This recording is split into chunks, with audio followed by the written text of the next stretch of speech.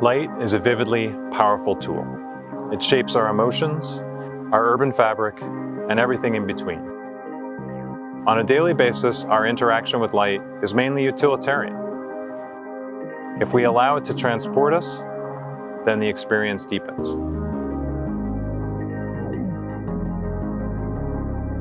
As a lighting designer for over 30 years in architecture and entertainment, I've experienced this firsthand.